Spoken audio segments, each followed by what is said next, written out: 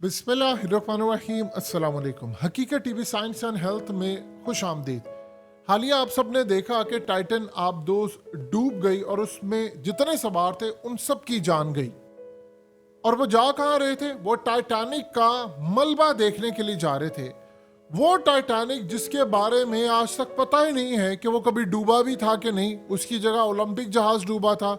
इसको क्लेम करने वाले राइटर ने सारी दुनिया के सामने जो थ्योरीज पेश की है वो आप सब जानते हैं, लेकिन आज हम आपको इस वीडियो में बताने जा रहे हैं कि असल में टाइटैनिक के करीब या ओलंपिक जहाज जो भी था उसका नाम, उस वक्त कितने जहाज उसके करीब थे, बहरी जहाज, जो उसको बचा सकते थे और वो 3 जहाज उसकी मदद ना कर सके।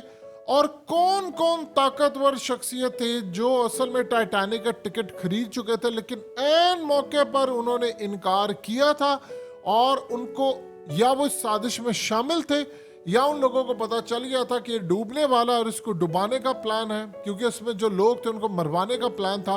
और इस सूरत हाल के अंदर आपके रोंगटे खड़े हो जाएंगे कि वो लोग कौन थे और वो जहाज की क्या सूरत हाल थी। सबसे पहले समझ लें कि उसके करीब कौन से जहाज थे जो असल में उसको बचा सकते थे, जिन्होंने उसको बचाया ही नहीं। देखिए, सबसे पहले आप एक बात समझ लीजिएगा कि दुनिया में जो चीज़ हमें दिखाई जाती है, कहानी उससे कई गुना ज़्यादा खतरनाक होती है।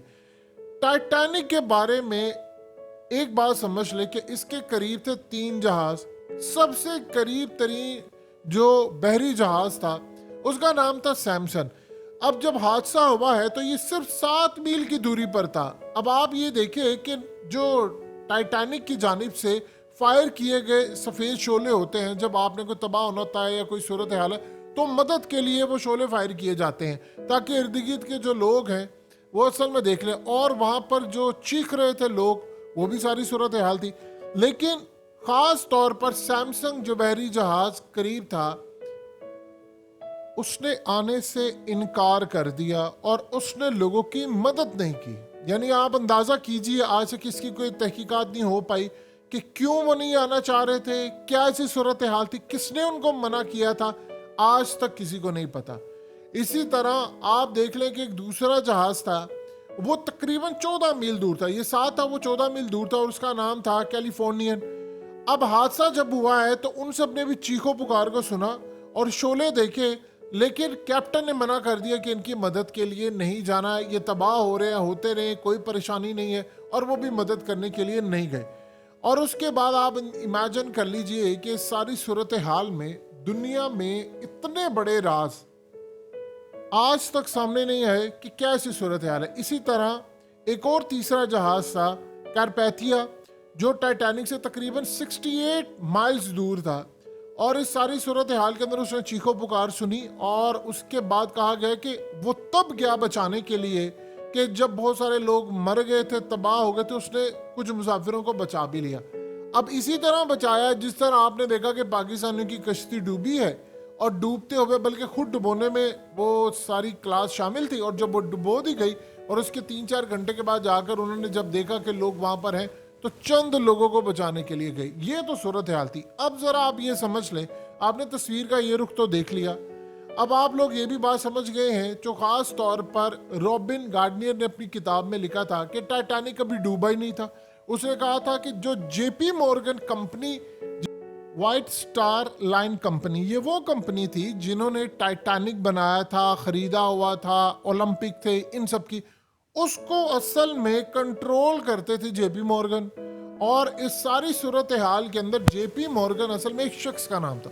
तो उसने बताया कि सारा इंश्योरेंस का क्लेम था, ना वो किसी आइसबर्ग से टकराया था, ना कोई ऐसी सूरत हाल थी, उसमें वो चीज़ें नहीं तो उसे जानबूझकर डुबोया गया। अब जरा समझ लें कि कौन कौन से लोग शामिल थे। सबसे बड़ा तो जेपी मॉर्गन खुद था। उसे टिकट बुक करवाई, सारी दुनिया को दिखाया कि मैं भी सफर कर रहा हूं। बिल्कुल 30 मिनट पहले, 25 मिनट पहले पता ये चलता है कि जेपी मॉर्गन नहीं आया। और जेपी मॉर्गन ने कहा कि जी असल में मैंने कुछ कलेक्शन लेकर जानी है, जो मैंने कुछ तस्वीर लेकर जानी है वो मैं ला नहीं सका और मेरे कुछ हेल्थ इशू है, लिहाजा वो सवार ही नहीं हुआ। जिसने इंश्योरेंस का सबसे बड़ा स्कैम करना था वो ही इस पर सवार नहीं हुआ। आप अंदाजा कीजिए, जिसके ऊपर इल्जाम है कि उसने इतना बड़ा ब्लंडर किया था इंश्योरेंस के लिए, और उसके बाद इन्होंने पूरी दुनिया के अंदर कहानी गढ़ी वो खुद ही इसमें सवार नहीं था। और कहानी क्या घड़ी है कि जी वो मैं असल में बीमार था, मेरे हेल्थ इश्यूज थे, लिहाजा मैं नहीं आ पाया। इसके बाद आप अंदाज़ा कर ले ज़रा कि कहानी यहाँ पर ख़त्म नहीं होती। आप सब जानते हैं कि रेडियो, वायरलेस रेडियो इजाद करने वाले कौन थे? मार्कोनी। अब मार्कोनी नोबेल प्राइज विनर हैं जिन्होंने रेडियो इजाद किया और उनके पास टिकट था। एन मौके के ऊपर मार्कोनी ने जाने से इनकार कर दिया और वो नहीं गया।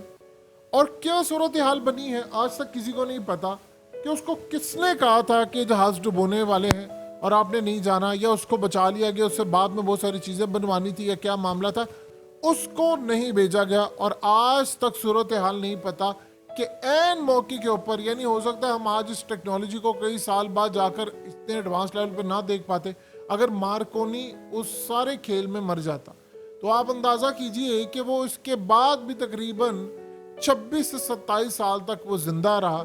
लेकिन इस सूरत हाल में हीरो के तौर पर वो जाना जाता है, उसने इजाद किया, उसके बाद टिकट भी था, एन मौके के ऊपर उसने जाने से इनकार कर दिया।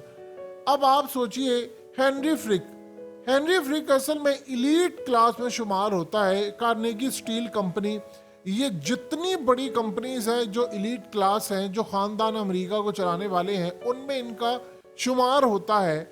और इस सारी सूरत हाल के अंदर आखिरी मौके के ऊपर कहानी क्या घड़ी है कि जी मेरी बीवी बीमार हो गई थी तो मैंने उसको हॉस्पिटल दाखिल करवाया था, लिहाजा मैं नहीं जा पाया। आपको 20-25 मिनट पहले याद आया आपकी बीवी ने बीमार होना होता है, तो आपने 20 मिनट पहले बीमार होना था कि 20 मिनट पहले इसकी बीवी बीमार हो गई थी और उसने कहा जी मैं नहीं जा सकता, और इस सारी सूरत हाल में वो नहीं गया। फिर उसके बाद जॉन मॉट, अब आप सोचिए नोबेल प्राइज विनर था और इसके पास टिकट था, और इसने उसमें जाने की बजाय वो किसी और शिप में चला गया, छोटे शिप में चला गया। और कहानी आज तक नहीं किसी को बताई कि क्यों मैं नहीं गया, क्या वजह थी। पूछेंगे तारीख के अंदर तो जो कहानी टाइटैनिक को डुबोने का जो खेल जिन्होंने शुरू करवाया, जिन्होंने फिल्म बनवा कर लोगों को बेवकूफ़ और पागल बनाया है कि जी वो एक औरत थी और वो औरत बच गई थी और वो जैक था, और ये वो सारी एक घड़ी हुई कहानी है जिसका ना शुरू से कोई सर है ना पैर है। वो जी आइसबर्ग टकरा गया था।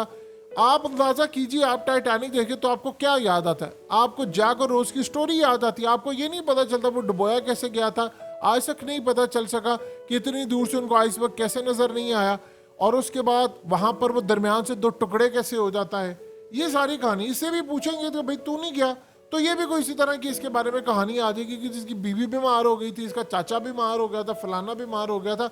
उसके बाद आप अंदाजा कीजिए जेसी पेनी आज किस लेवल के ऊपर, यानी आप अंदाजा कर लें कि क्या वो ब्रांड बन चुका है।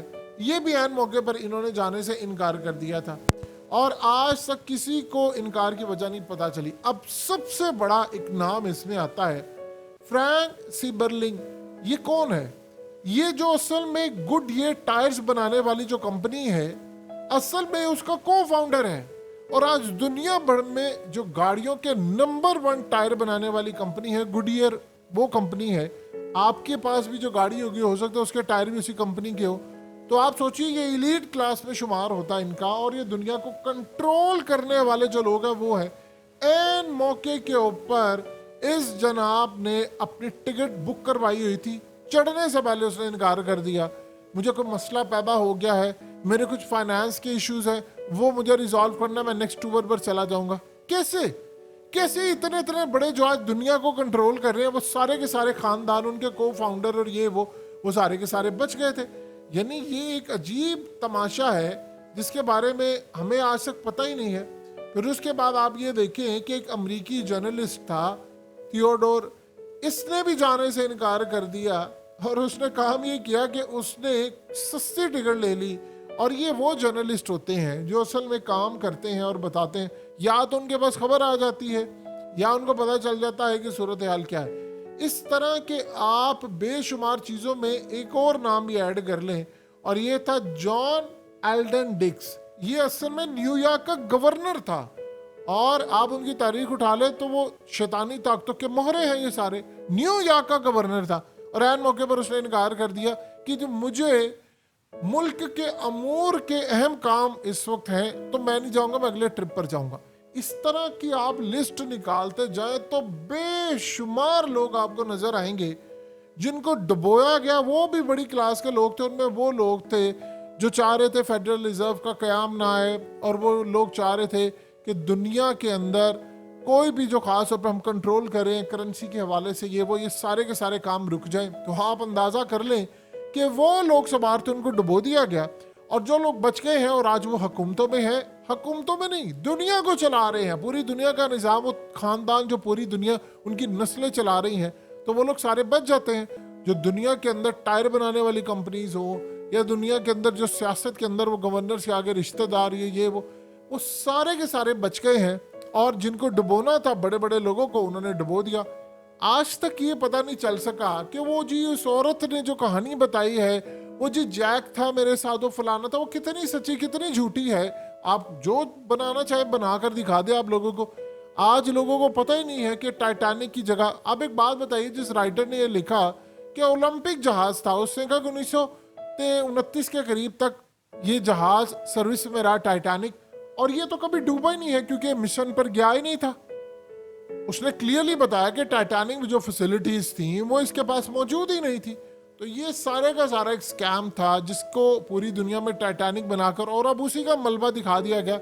और अब आप अंदाजा कर लें कि हम दूसरों की क्या बात करें। टाइटन जो आप दोस्त है उसके बारे में ही नहीं हमें पता भी कुछ भी कि वो डूबी कैसे, तबाह कैसे हुई, क्या मामला है। तो इस सूरत हाल में वो बेचारे जो इस दुनिया से रुखसत हो गए हैं, वो टाइटैनिक का मलबा देखने के लिए गए और वो इस दुनिया से रुखसत हो गए। कौन सा ऐसा राज है, कौन नहीं चाहता कि पता चले कि असल कहानी सामने आए। तो इस सूरत हाल में जितने भी चीज़ें और मामला हैं वो सारे के सारे अबहाम है। अभी तक दुनिया को सच्चाई पता नहीं चल पाई। हकीकत टीवी साइंस एंड हेल्थ की इस वीडियो के नीचे कमेंट ज़रूर कीजिए, अपनी राय का इजहार ज़रूर करें और इस वीडियो को हर जगह शेयर करते हुए चैनल को सब्सक्राइब ज़रूर करें।